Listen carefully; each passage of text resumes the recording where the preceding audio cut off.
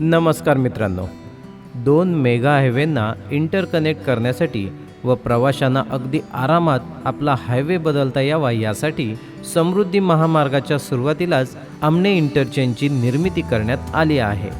अगदी भव्य दिव्य अशा मोठ्या जागेवर इंटरचेंजचे विकसन आपल्याला बघायला मिळते. देशातील विभिन्न भागात येथून प्रवास करता येणे सहज शक्य होत असल्यामुळे देशातील दुसरे मोठे क्रिकेटचे स्टेडियम याच भागात तयार होणार आहे. त्यामुळे भविष्यात आमने इंटरचेंज व परिसर अगदी नावारूपाला येणार यात काही शंका नाही.